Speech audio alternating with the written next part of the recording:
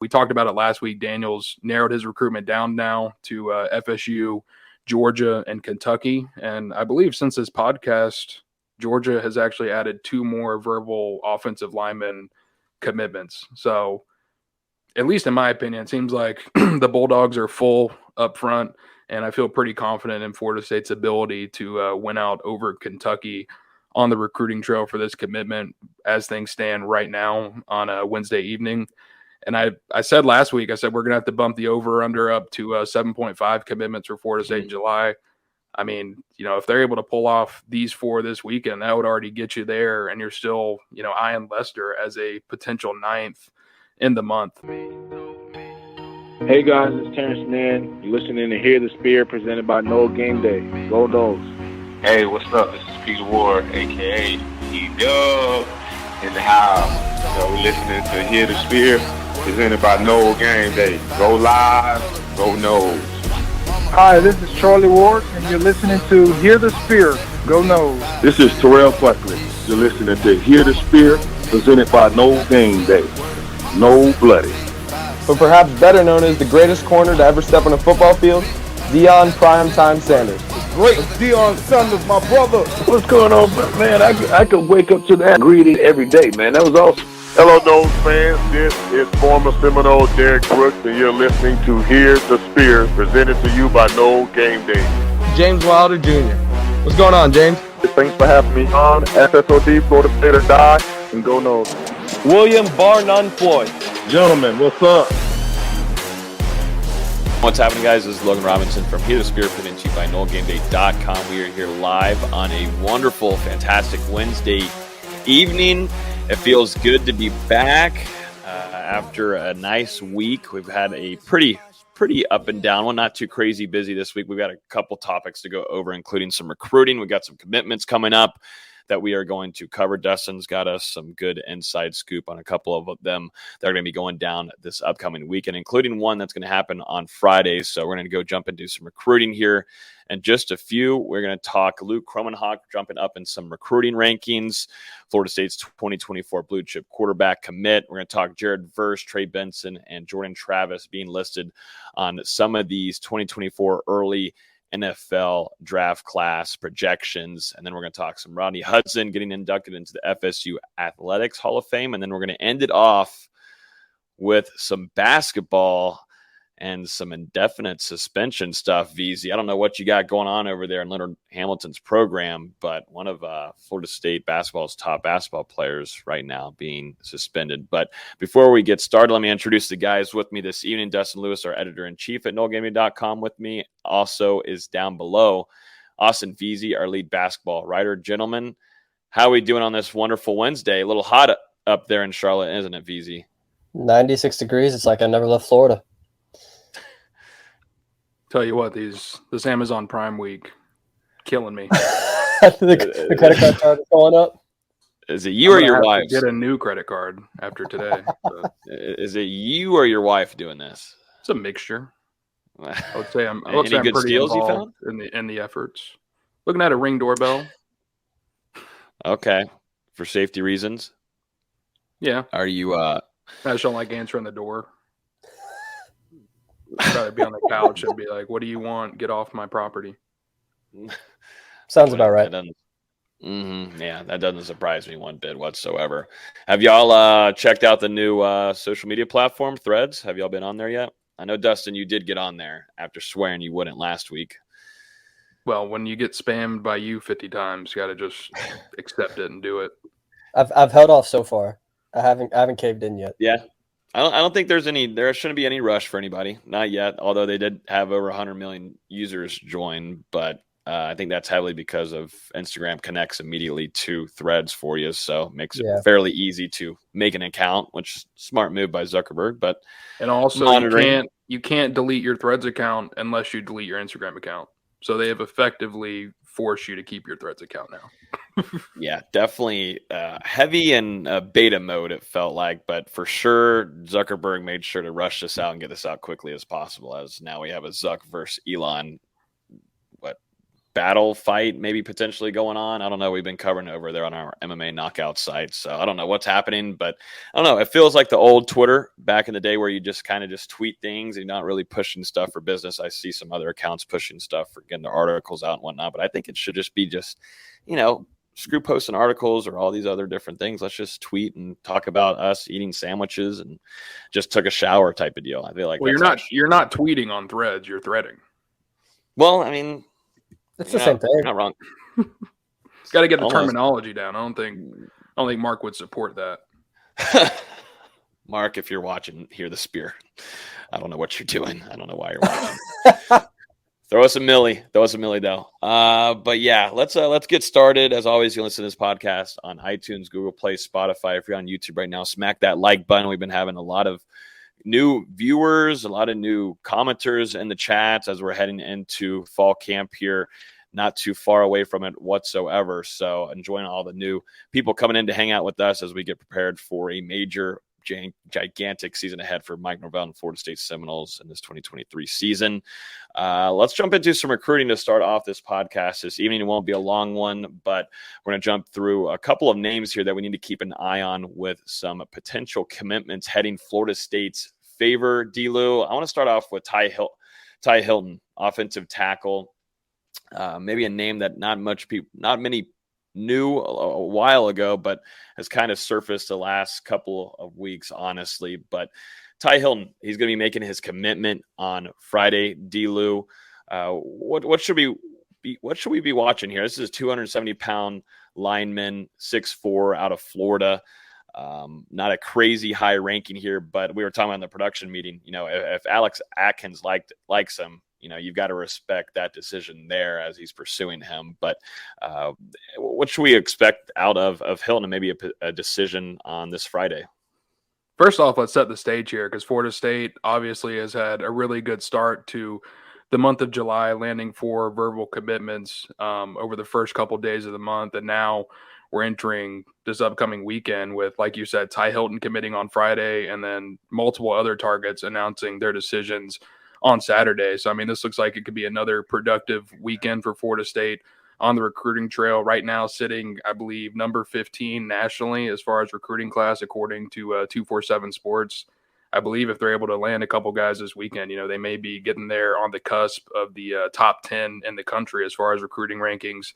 And, you're slowly getting towards that announcement from 5-star cornerback Charles Lester at the end of the month, which could cap off a really good run here for Florida State over the next couple weeks. So, I mean, we'll see how it goes and how everything ends up. But, yeah, like you said with Ty Hilton, Florida State got the last visit here, had him on campus that final weekend of June for his official visit alongside 4-star offensive lineman Jonathan Daniels.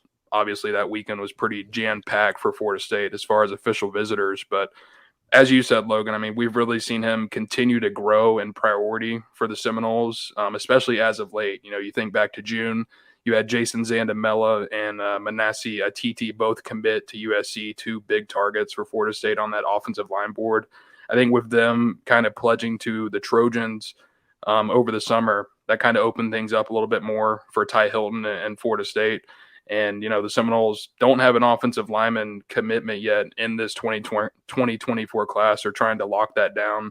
I do believe Hilton is going to be the first one to join the fold for FSU, committing over Florida and Miami. So, I mean, this is a really big win for FSU if they close this one out over some in-state rivals. That's always some nice bragging rights for Mike Norvell and Alex Atkins. And like you said, I mean, not the highest recruiting ranking right now, but when it comes to scouting offensive linemen for these recruiting services, I really feel like offensive line recruiting and to an extent defensive line recruiting, some of it is just a total crapshoot. You can't really project how some of these guys are going to fill out over the next couple of years. If Alex Atkins likes an offensive lineman, I like an offensive lineman. We saw Florida State take someone kind of like this in Chris Otto towards the end of that 2023 recruiting cycle, someone who was lower down in the recruiting rankings per se, but someone that Florida State projects to be a player over the next couple of years. I think they see something similar with Hilton, and he's also a guy with a lot of versatility. He can really end up fitting in on any 3 positions on that offensive line, tackle, guard, or center. It's just going to kind of depend once he gets to FSU if he does make that decision. Seems that's something that Coach Atkins likes, covering him now for a couple of years. A guy that can work multiple positions or at least can be developed in that nature. You can look at Florida State's offensive line now, and there's a few of those players that Florida State has in their stable on that offensive line under Atkins. So this would make sense. So we'll be keeping an eye on that. We don't have a time yet, correct, for Friday for Not Hilton? yet. Okay. Gotcha. We'll be keeping a close eye on it. Make sure you guys are also following us at Knoll Recruiting, also, of course, at Knoll Game Day. We're keeping you guys fully up to date, on time, right when it happens, commitments. Those posts go out immediately. So Dustin does a great job there, making sure you guys are informed when that's happening. Sometimes we'll have live, how to watch type of commitment pieces going out for you guys as well. So make sure you guys are following us there on Twitter. Let's go into another name here, because this could be a really, really busy Saturday for Florida State. As we talked about last week, this is going to be a busy July for the Seminoles before fall camp begins. But this one is one player that we talked about the last couple of weeks heavily, definitely after visiting. This is four-star running back Makai Danzy. This kid's nice. This is a running back that Florida State has brought in multiple times. Florida State already has a 2024 running back commit, really highly talented. Now, I guess you could say underrated with what the rankings are doing to Cam Davis. It's absolutely ridiculous what they're doing to him, but they already got him. Coach Yak's already got him in the fold, but they're going after Danzy here, and he's going to make his commitment on Saturday. We don't have a time yet for this, but a really talented running back that Florida State, Mike Norvell, wants to add to their stable. Brings a little bit of a different element than Cam Davis. How are we feeling? I think we're feeling pro FSU here. Dustin, you give us the scoop. This is another recruitment where you've got to feel really good about Florida State's chances. Danzy has consistently kept the Seminoles as his leader throughout his recruitment, since the calendar turned to 2023. Obviously, him being a local prospect right down the road, he's been a familiar face on Florida State's campus, made that short drive over to campus twice during June, and Florida State was the only official visit he took during the month of June, which is a very important recruiting month when it comes to prospects taking official visits to their suitors, especially guys that are going to commit in the summer. So I think with Danzy's local ties, the fact that Florida State has made him such a priority for so long, I mean, he's consistently been the number 2 running back that they've been pursuing behind Cam Davis. I think, if we think about it throughout the last couple of months, I mean, Christian Clark was on the board for a little bit, but it always felt like he was more of an outlier. I think Jordan Lyle was someone that was talked about really early on for FSU, but Makai Danzy has always been a name that they've been on since they offered him over a year ago. So I think that, like I said, him being so close to home and FSU getting that only official visit in June, you've got to feel really good about the Seminoles' chances going into Saturday to add another blue chip running back to this class. And I mean, man, the duo of Cam Davis and Makai Danzy, it really feels like those two guys complement each other coming into this 2024 class and beginning their careers at Florida State, kind of bringing that 1-2 punch that we're seeing right now at FSU from Trey Benson and Lawrence Toafili. It's exactly what I was going to say, D-Lou, is that it feels a little bit of a combination of Benson and Lawrence Toafili, just the different kind of attributes those guys bring to one another. 6'1", 175. Multiple offers from across the country. But I think it's pretty unique, what Coach Yak's able to tell him, saying, this is what Florida State does. They're able to run multiple running backs, and you see that in games alone. But throughout a couple of years, you're going to be playing whoever's best that day. And sometimes it was Trayshawn Ward last year. It'd be Trey Benson. Lawrence Toafili would have a game or two as well, and there's a KFC ad that just popped up here. Thank you, 247 Sports, for that. But yeah, Danzy is a nice, I would say, really athletic running back that Florida State would love to add onto that offense and add to Cam Davis, which you already know what you're getting out of Davis. Is just kind of like icing on the cake, and able to add some really solid depth with talent that's already kind of ahead and developed a little bit. Definitely. I mean, if you're thinking about once they get to Florida State, Cam Davis is going to fill that traditional running back role, whereas Danzy projects to be more of the tailback type, where he can contribute in the backfield, also get out, catch some passes, maybe get in the slot a little bit, depending on how things go. We've talked about, you mentioned his athleticism. We've talked about his speed a ton. I mean, if Florida State can land this commitment, this is an elite speedster coming to Tallahassee. someone who is the second fastest runner in the world in his age group in the 200-meter dash, and someone that is also going to be a dual sport athlete at the next level. Florida State's track program has also been recruiting him along with the football program. So if he does choose the Seminoles, he's going to have the chance to do both right here close to home. Let's jump into another name, D-Lou, and we're going to go on the defensive side for this one. It's going to be a defensive back. I know I'm kind of going over Jonathan Daniels, but I want to save that one for the end. Three-star defensive back Kevin Levy. He's going to be committing on Saturday as well.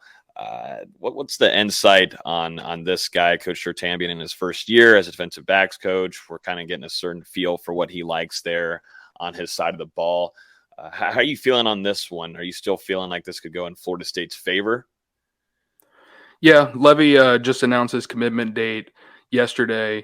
Florida State was one of 4 programs that was able to get him on campus during the month of June. I believe it was the second to last weekend of the month. He was also at Illinois, Rutgers, and Louisville during the month of June. So those are some of the other programs vying for his commitment at the moment. And for me, this is just one where Florida State, they kind of already have an aspect running in their favor in that they have 4-star cornerback Ricky Knight committed in this 2024 class. Levy and Knight are cousins, and throughout this year, when both of them have come to campus, it's pretty much been coming at the same time with both of their families being there. So I think they've grown really comfortable about the aspect of playing together at the college level. It's not necessarily something that they've come out and said is 100% going to happen. But I do think, as Kevin's going through this process and thinking about where he wants to play his college ball, it's got to help that, not only is Florida State recruiting him to come there, but he's already got a family member there, and that'll help him maybe be a little more comfortable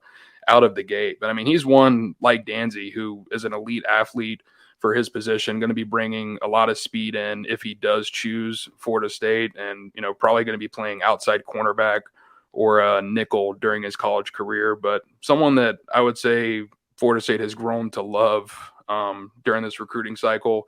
Obviously, there are still some other really high priority cornerbacks on the board, and if FSU lands this one, they'll have 2 in the boat, and Levy and Knight, and also with that decision coming up for Charles Lesser at the end of the month, that could be 3 guys in the boat. But I do think, right now, as things stand, Florida State would take Levy. Okay. Yeah, one that, add a little bit of athleticism with some depth there. There's some bigger names, Ricky Knight already being in the fold, but also Lester, which will be at the end of the month could be the end of some fireworks for July for the Seminoles, and Adam Fuller on the defensive side. But one that we'll be keeping an eye on for Saturday for Florida State, see if they're going to add on another commitment. This could be, depending on Daniels, which we'll talk about here in a second, this could be a really busy day on the recruiting side for the Seminoles. Let's talk about 4-star offensive tackle Jonathan Daniels, a guy that's a local guy. We've talked about him multiple times on here the last couple of episodes. Seems like Florida State has built a really good relationship very early on with him. Coach Atkins, him being close, him being able to travel quite a bit over to Tallahassee, works in the Seminoles' favor here. But he's going to be making his decision on Saturday. Really nice size too. I'll bring his measurements up here in a second. But tell us a little bit about Jonathan Daniels, and in the end, where you think maybe he's going to be ending up picking his college decision. Yeah, if I'm remembering it correctly, Daniels was actually at Florida State the very first recruiting weekend of the year whenever they came out of the winter dead period. So, I mean, that first week or second week of January, he was out there at Florida State for an unofficial visit. And, I mean, he's come back to campus multiple times. There have been some visits that have been, canceled due to traveling issues, but he's someone that's been back and built a really good relationship with Alex Atkins and Mike Norvell. And I really think it's going to pay off in Florida State's favor that they were able to get the final official visit in the month of June.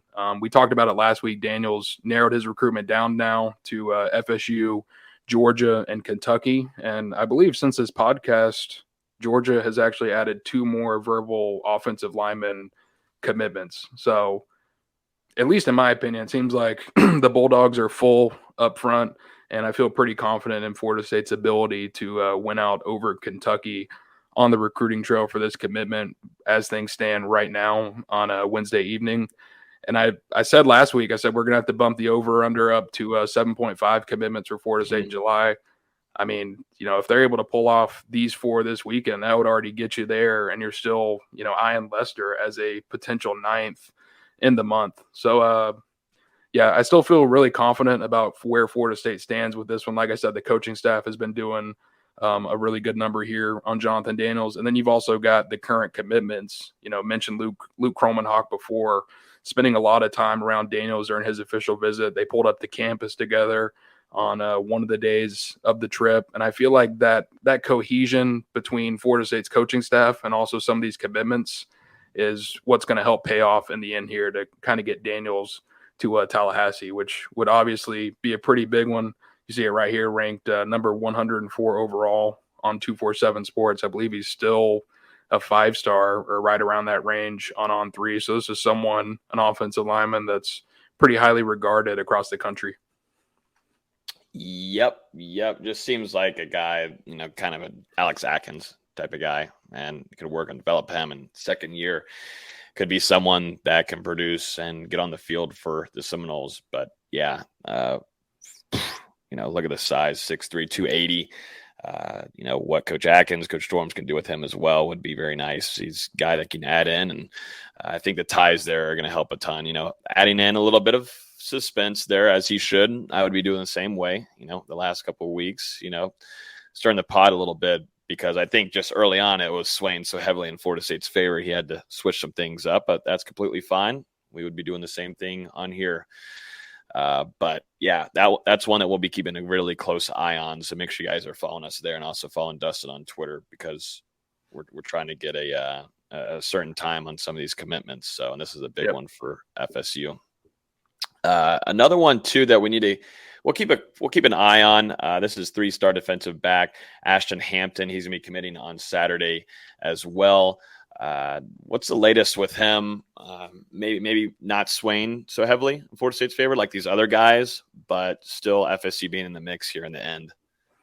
So this is one where FSU has definitely made Hampton a priority throughout his recruitment, but I mean, you did see him take some official visits last month. Florida State wasn't one of those. He was at Clemson, Arkansas, and a couple of other, I believe Louisville, and a couple of other programs for official visits in June.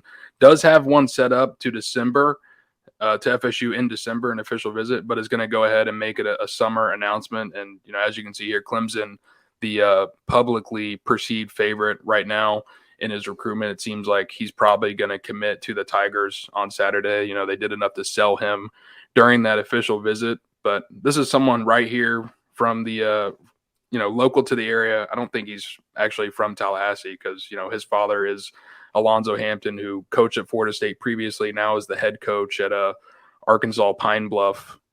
So, but anyway, someone that right now is a local product to the Tallahassee area, teammate of Mekhi Danzy over there at Florida State University School, Florida High, the state championship runner-ups from a season ago. And, he knows what Florida State's all about from his dad's experiences there, has also been to Florida State as a recruit now, a handful of times throughout the year. But he hasn't been back on campus since April. And I think that's something that's kind of going to doom Florida State here in this recruitment. But if he decides to take that official visit still in December and Florida State's got a spot at that time, we'll see what happens. I mean, Hampton could be a possible flip candidate. Yep, we shall see. We'll just see down the road. FSU's got the room. They've got the room. But, yeah, it seems like it's heading in the Tigers' favor and Dabo Sweeney. I mean, you look at it now, you've got C.J. Hurd committed at the safety spot. We'll see if that's where he ends up playing in his college career, or if maybe he transitions to more of a linebacker role. And then, you landed Red Morgan earlier this month. So you've got 2 safeties committed. I think Florida State, maybe going big game hunting right now. Obviously, KJ Bolden still out there uncommitted, planning to make a decision in August. Florida State, feels like they've got a pretty good shot there. So we'll see how things kind of unfold over the next couple of months. And question here from William on Facebook. We talked about this earlier, but Danzy and Daniels were waiting on the time and for the commitment there. We're trying to communicate on their side and get a time for those. So once we get a time, make sure you guys are in our Discord too, because if you love recruiting or keeping up with it, our Discord, which is free to join. It's heavy recruiting talk. I think that's our busiest channel on the Discord itself. The link to the Discord is at the bottom or somewhere in the description on our YouTube. So make sure you jump over there. I know you're on Facebook, William. So jump over to YouTube. The link to join the Discord's there. So you get fully updated on time when these commitments are supposed to be held. One last recruiting thing, and this one's going to be on a recruiting part. Luke Kromenhoek, continues to make impressive strides, and he's only going into his second year, D-Lou, as a varsity quarterback, which is really impressive. And just the way that he's been performing some of these camps, along with obviously the late 11, really turning some heads, turning some eyes, and being like, oh yeah, that's 2024 quarterback commit who's only played one season on varsity is pretty good. And shocked a few people there. Some of the analysts there were talking heavily about him, and it showed. He continues to rise in these rankings. We put out a piece earlier this week, but at least specifically to 247 Sports, he's now a top 3 quarterback in the 2024 class. Overall, a number 33 recruit in the country for 2024 and a number 7 prospect in Georgia. But Luke continuously making strides. We had him on our podcast a little while ago, along with wide receiver commit Camden Fryer. Those two really close and continue to work with one another. But yeah, Luke making some strides, man, moving up there in the rankings. I don't think this should really shock anybody, as it just really goes to show too, got to give props to Tokars and Mike Norvell. Their evals excellent on Luke. His ascension has been pretty crazy to watch. You're coming up on 2 years now, I believe, since Florida State offered Luke Kromenhoek after he participated at a summer camp. And at the time, he was an unranked prospect in the 2024 class. Less than a year later, ended up making that commitment to Florida State when he was still, someone that was being slept on in the recruiting rankings. Hadn't even started a high school game at that point when he made that verbal commitment to Florida State. So, yeah, I think this is a scouting job that Mike Norvell and Tony Tokars are probably going to put on their resume. This is a pretty good one. Going back to what you said, number 33 overall on 247 Sports, number 3 quarterback, and then even higher regarded on 3, where he's ranked number 27 overall and still sitting there at the number 3 quarterback, but is also the number 3 prospect in the state of Georgia, and compared to 247 having him as the number 7 prospect in the Peach States. I mean, just his rise over the last couple of years has been pretty crazy to watch. Completed 65% of his passes last year for over 2,500 yards with 24 touchdowns to only 3 interceptions, and rushed for nearly 500 yards on the ground and 7 more touchdowns, and led Benedictine Military School to their 2nd consecutive state championship and only 2 losses on the season. Now entering his senior season, you got to think that Kromenhoek is coming back to do even more during his final year there. So, I mean, we'll see how things go this fall, but he's primed for a pretty damn good senior campaign. And, I mean, depending on how that shakes out, when you couple that with what he was able to do at the Elite 11, finishing as one of the top quarterbacks in that event, making the, quote-unquote Elite 11 during that, and then also I think a lot of sites had him as the 3rd or 4th best quarterback overall at the event. With what he's done there, what he was able to do last year, and what he's probably going to do this upcoming season. I mean, we're seeing it right now. He's already on the cusp of being upgraded to a 5-star prospect. I mean, it wouldn't surprise me if he gets that final star by December when he officially signs with Florida State. It's crazy, man. Crazy. I'm really interested to see how he does this upcoming season. Really was getting some training this offseason as well, and just really building chemistry with his own team.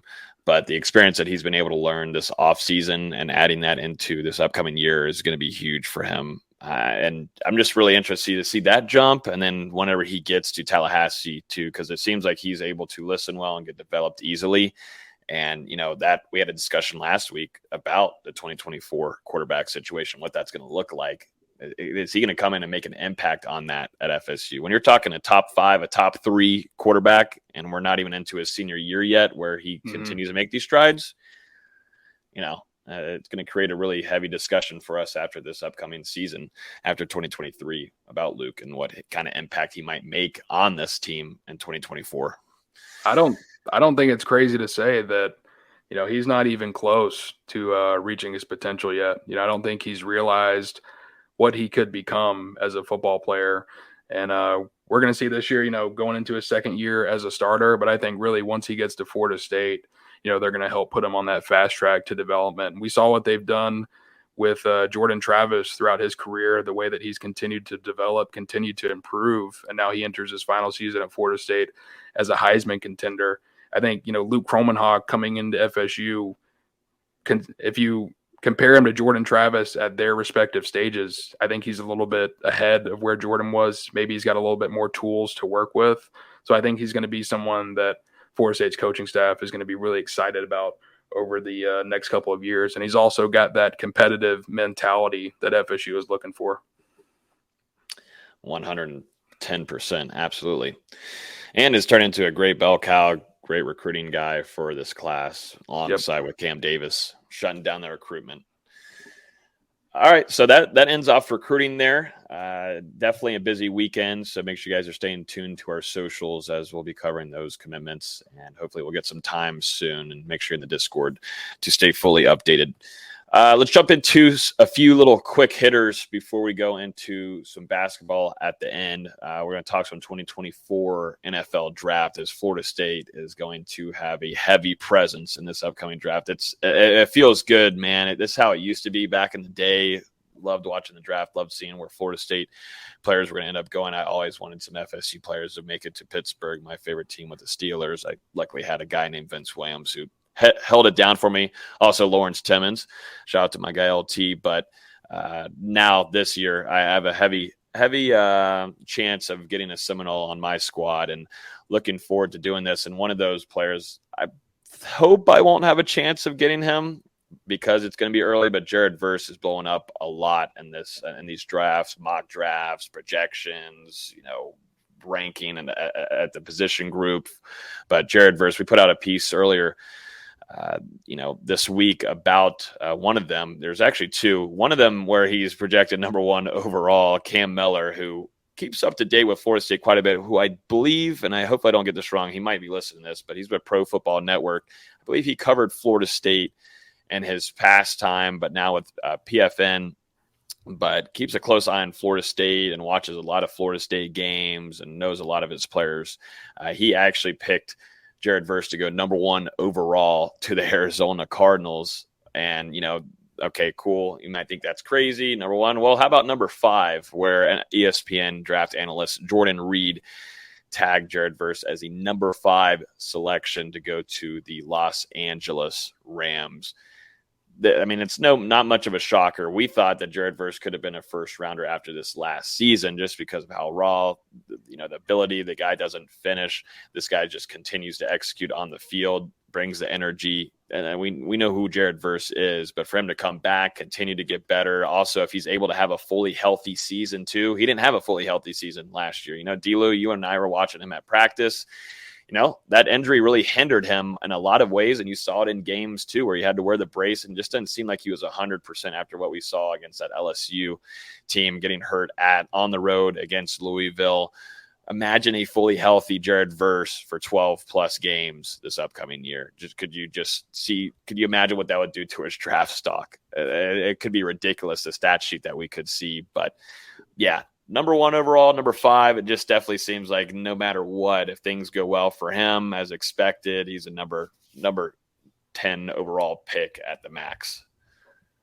I think top 10 is probably the expectation at this point. And that's what Jared Verse had to be thinking whenever he came back to Florida State to put a second year of film on tape. Like you said, last year wasn't fully healthy for a majority of the campaign, yet still finished with 17 tackles for loss and 9 sacks. Was one of the most dominant defensive ends in the entire country, and that was with him limited. And, we heard Jared Verse talk about how he wasn't 100% throughout the season. We heard Coach JP talk about it before the spring, how he was pretty much limited during practices throughout the weeks before leading up to games. He wasn't able to get practice reps, and I think that kind of hurt him a little bit. And also not being fully healthy obviously wasn't the best thing. But now he's gotten an even better shape than he was in last year. He's bulked up a little bit, which I don't know how he's doing it. Jared Verse is a man on a mission, and we saw it throughout the spring. It looked like child's play out there. He made it look easy the majority of the time it was out there. And whenever someone did win a rep against Jared Verse, it was something notable in our practice observations. We were doing a paragraph on that.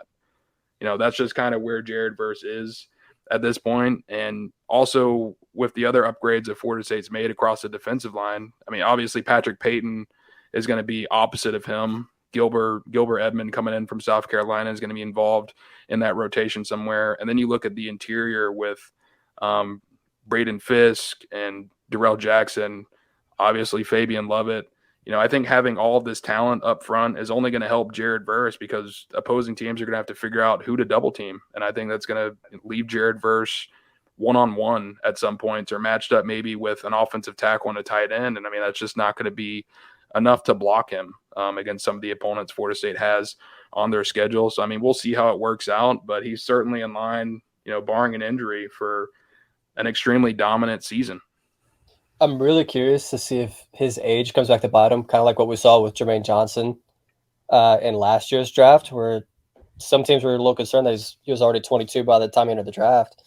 Jared Verse is 22 right now. He'll be, 23 in 6 months by the time we get to the draft next year. So I wonder if that's something teams are going to consider. And, hopefully not, because as Dustin just described, he's as talented as a pass rusher as there is in college football right now. But that's what teams look at, is by the time he gets to that second contract, he's going to be 27, 28 already, where some of these other pass rushers that have all the potential will be, just breaking into their 24, 25 age seasons. Yeah, I think we'll definitely have to see. Just what some of these NFL teams are going to be able to do with him, and because he's still raw in a lot of ways. JP talks about it a lot. A lot of things that he's still got to work on and get better at, and that's what I think the scariest part is. I think there's just a coach out there licking his chops and will say, "Hey, I'll do anything to grab him," type of deal. And one thing too, this guy just finishes plays. And that's a consistent basis. If you're looking at some of the mock drafts, some of these analysts talking about him, he just continues to not miss a play and go after whoever it is, quarterback, running back, and he shows up for the big games too. And we saw that definitely against LSU. Will Campbell, this is going to be another matchup for him come the season opener against the Tigers, which I'm really excited for. But it just went to show, coming against a 5-star offensive tackle, raw player that he was going against, he absolutely dominated. He bullied him. It was fun watching that up there in the press box, because that's something that I was noting on in our preview of that game, just seeing how that competitive advantage that Jared Verse was going to have, and he sure did. And Will Campbell's no joke. Will Campbell will be a better product on this during the season opener than he was against FSU this last year. He's going to be better, and I'm interested to see how Verse is going to combat that and what Coach JP is going to work around, different schemes. But I think that's a good point, Dustin, with what's going to go on in the inside too, how that will impact Verse's play with the additions of, we'll see if Darrell Jackson's able to get that waiver, but Braden Fisk, and then you're looking at Farmer as well. And then, Lovett too, who also wasn't fully healthy throughout last season too. So a lot of things that could impact Jared Verse's play this upcoming season. Just with some simple developments from him, we could see a guy explode 12 plus sacks. I wouldn't be shocked you get to a 15 sack season, and that's an FSU grade kind of standard there for the Seminoles, just like how Jermaine Johnson performed during his 1 year in Tallahassee. And I think last year, a lot of his success came off of his hustle and his athleticism and his physicality, whereas now we're seeing him improve fundamentally, his hands, his stance, his balance. That's only going to help him continue to improve.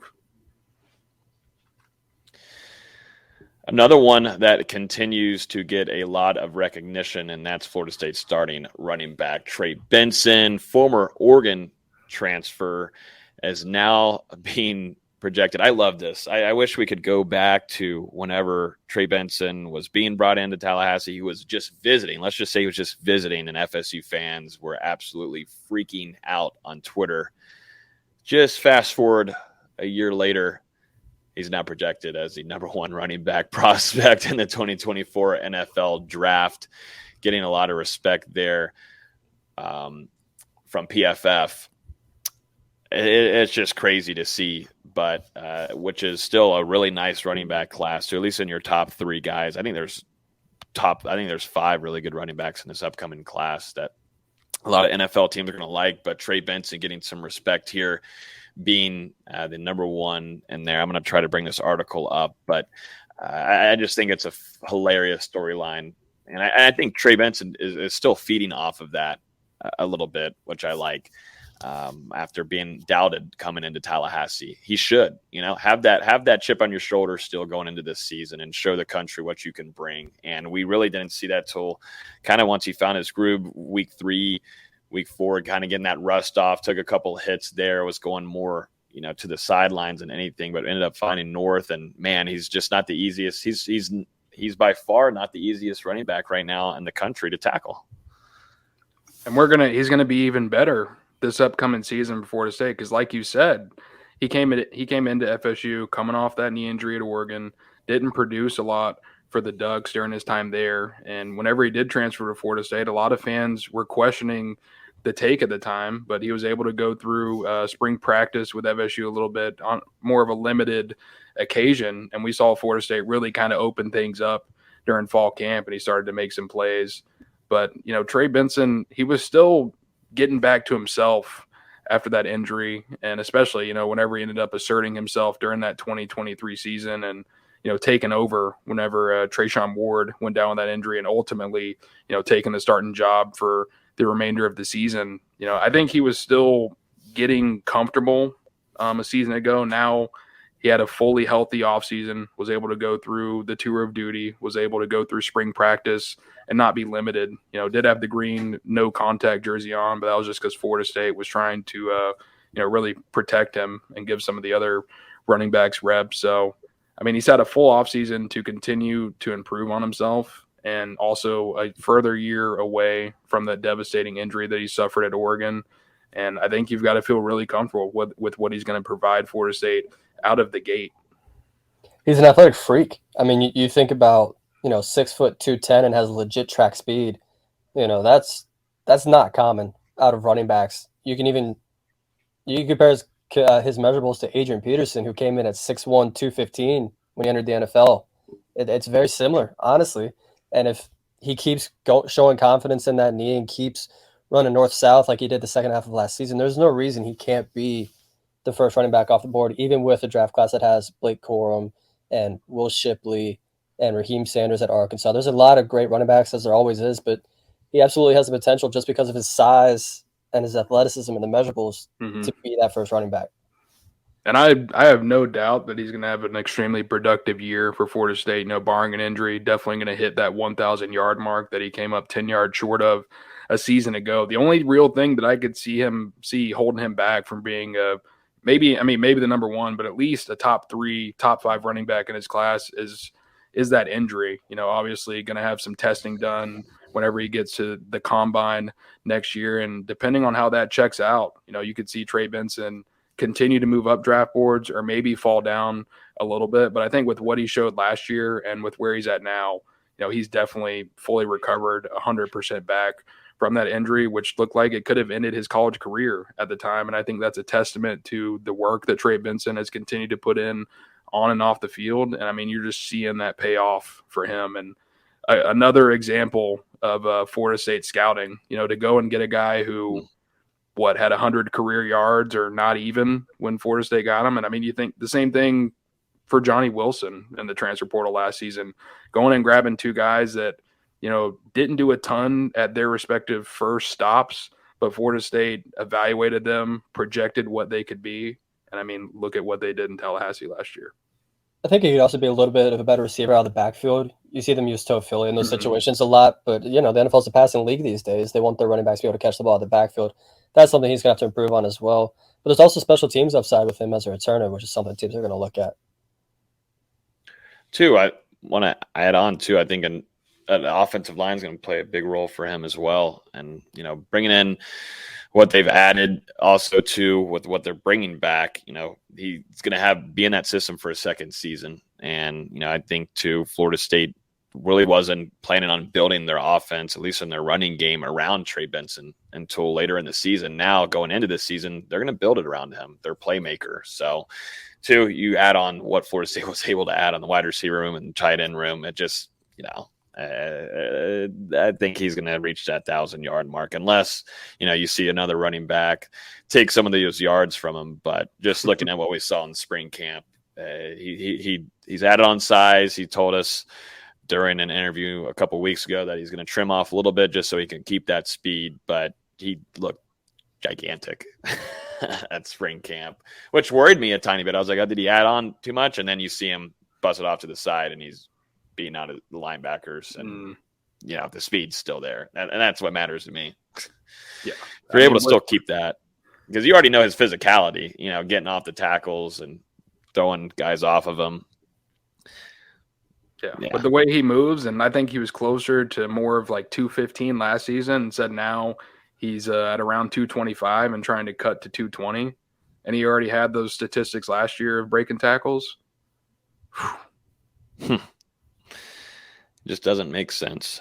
Doesn't make sense. So looking forward to fall camp and seeing him perform after adding a little bit of size and trim it down. And I think, just off of what Mike Norvell is going to want to do with him, what he's been able to do in the past with his running backs, now having what he saw last year, having that for proof and being able to work off of that, I'm interested to see definitely with Coach Atkins too being in the fold as a co-offensive coordinator. It should be a fun year for the star running back who is now projected as a number one prospect per PFF, and Trey Sakema. Or Trevor Sakema.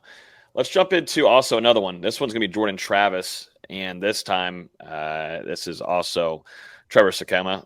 Trevor, liking a lot of Seminoles right here. It's pretty easy to tell. But per PFF and him, they've got him listed as the 6th best quarterback in the 2024 NFL draft. And this is also just a crazy storyline, fast forwarding,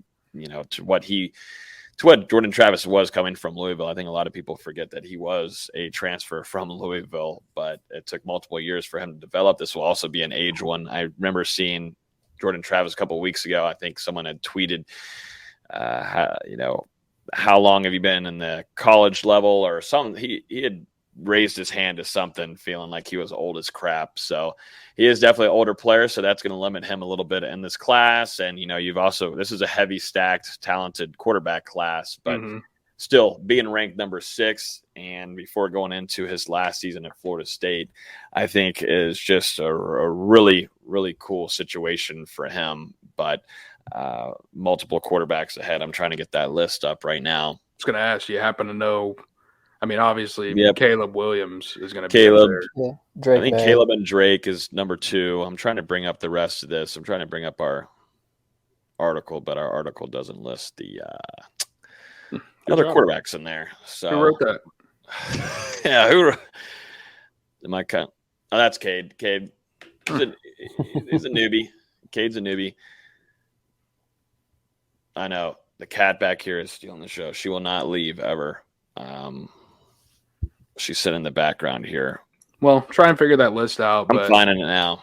I would say around 6. I mean, makes sense entering the preseason. Like you said, I think, some NFL teams will probably count his age against him moving into that pre-draft process where you're comparing him to some of these other guys who are, maybe 2 years younger or so, especially, I'm not sure. Caleb Williams, he's only going into his 3rd year. And then you've got Travis now entering his 6th year at the college level. So, I mean, there's a significant age gap there for sure. But I also think that with the trajectory that Jordan's on, there's an argument to be made that he hasn't reached his full potential yet. He's still getting better as a passer. And, I'm interested to see what aspects of his game he continues to take steps forward in this year, because every year, I mean, we've seen a better version of Jordan Travis. Last year was the breakout version, and this year might be the Heisman version. And there's going to be teams that look at the measurables and the size and go, oh, he's a little bit smaller and slighter than your prototypical NFL quarterback these days. It is what it is. There's some teams that still have that old school thinking when it comes to QBs. All right, so I've got the list here, and this is number 3. So Caleb Williams, number 1. Drake May, number 2. Bo Nix from Oregon, number 3 here. I just don't buy. I don't buy it yet. I really don't. I'm sorry, but measurables, that would be the only thing. Yeah, it's one of those where it's just a physical trait quarterback. That's what he is. Yeah. Michael Penix Jr. Still, I've got some question marks for him. Riley Leonard, young. We're going to see how his sophomore season goes. And measurables. He's got the measurables. Yeah, listed at number 5, and then Jordan Travis at number 6. Quinn Ewers is behind him, though, from Texas, number 7. Jaden Daniels from LSU at number 8. KJ Jefferson from Arkansas. Talk about measurables there. He's at number 9, and number 10 is Michigan's JJ McCarthy.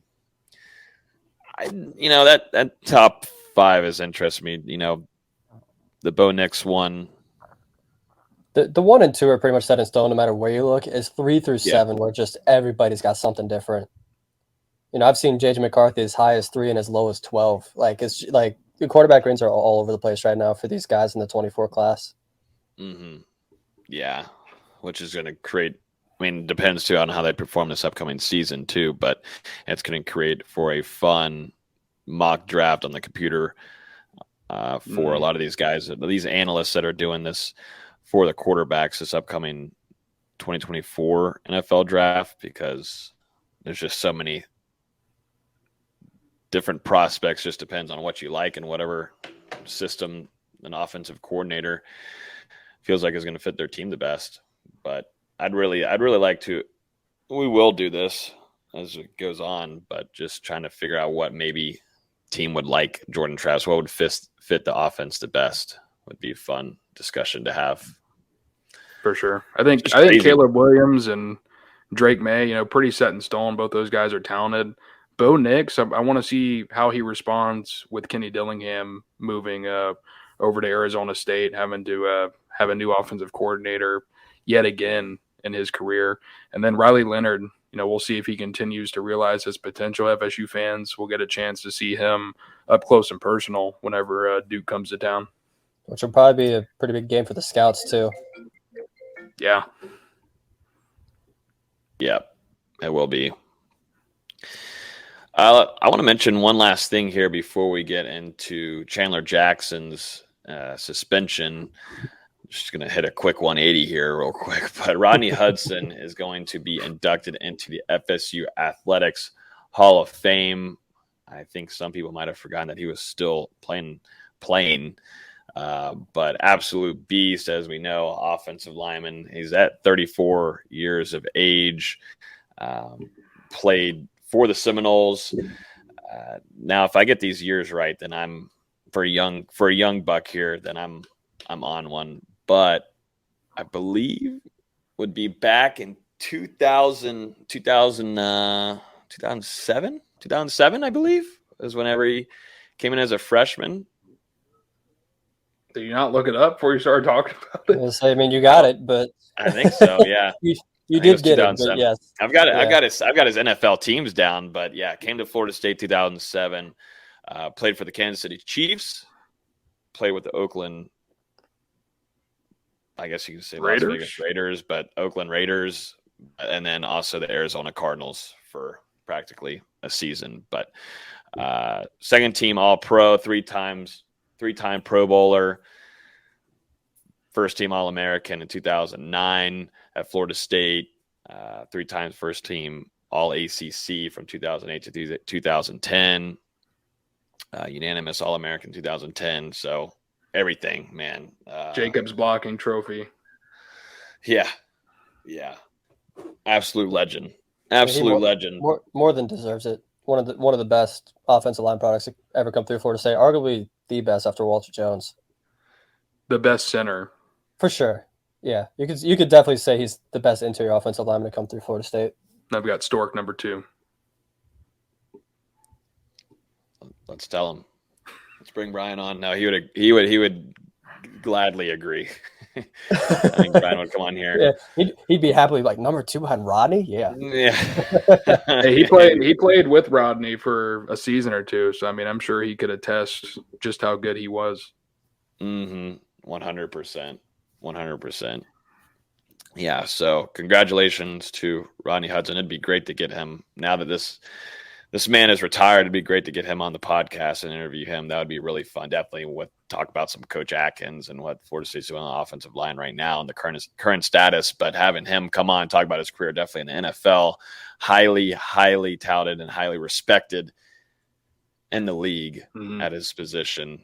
And outside of Hudson, 8 other prominent Florida State athletics figures get inducted into the Hall of Fame as well.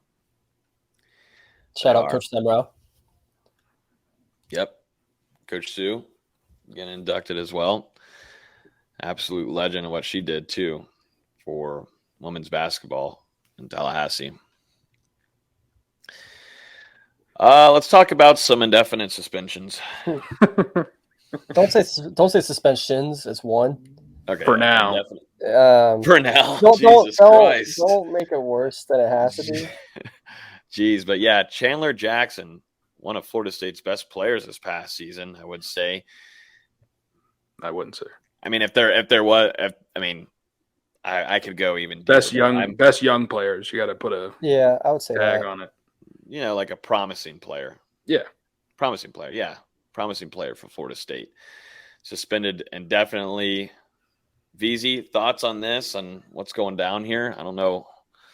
I know we can't run into specifics on this suspension. Yeah, it's going to be interesting to see if anything officially gets announced about it.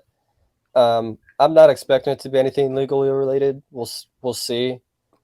It's just, especially with Hamilton, you don't really see him make these kind of loud announcements in early July. He usually likes to keep things close to the vest for as long as possible, and then just play it game by game. For it to happen in middle of summer when they're really just doing summer workouts, to me it's more of a warning shot than anything. Like, hey, you need to get some things aligned first before we can move forward. But hopefully Chandler Jackson get it figured out. He was, like we mentioned, the best young player on the team last year, and I think he's got a really, really bright future in this game. But maybe just has to get some things worked out. Yeah, with the way this was publicized, it really felt like Leonard Hamilton yelling at Chandler Jackson to get back in line and figure it out before the season actually gets started. Especially, like you said, with this happening all the way in July, basketball still a couple months away from even being played. But Chandler Jackson, I mean, with the transitions that Florida State is going through and some of the guys they lost last year, he's expected to play a big role for Florida State this upcoming 23-24 season. Someone that has a ton of potential there at that point guard spot with exceptional size for the position and showed some real promise, like you said, last season. Still growing into his game, though, and I think he's going to be a heck of a defender as well. But as he continues to figure things out, it's going to be important for him to be committed to Florida State on the court, obviously, but also off the court. And like I said, I think this is Leonard Hamilton, the FSU coaching staff, sending a little bit of a message here. I honestly can't recall a time when Hamilton suspended a player in the summer. I don't think it's ever happened. And I mean, I'm sure that this kind of stuff has happened before, but it's normally not something that this program is going to publicize. Leonard Hamilton does a lot of his stuff behind closed doors. So for him to decide we're going to put out a public message that Chandler Jackson is indefinitely suspended, sounds like a warning shot. Yeah, hopefully it gets figured out before the season. If this goes, a few weeks into the season, then it's something to be worried about. But for now, I'm kind of just taking what comes with it, honestly. Yeah. I'm not going to say I had something like, no, I didn't get suspended. But, high school, got to have a little slap on the wrist a little bit, make sure we're focused, make sure we're getting our homeworks and studying for our tests done. Sometimes you got to have a little wake up. That's fine. That's how it goes. Logan was indefinitely suspended from. No, I was never indefinitely suspended. No, I didn't know this one. That's new. I did not get suspended. I just had like a little, hey, you ain't gonna be playing or doing nothing until you make sure. Well, they told you that anyway. I didn't play. I couldn't play. That was all right. Sophomore year. Very good. Anyways, I learned my lesson. They didn't let him play, guys. Then I learned my lesson. It's because he was suspended. Yep. Actually, that's how I should use it. I didn't play much because I was indefinitely suspended.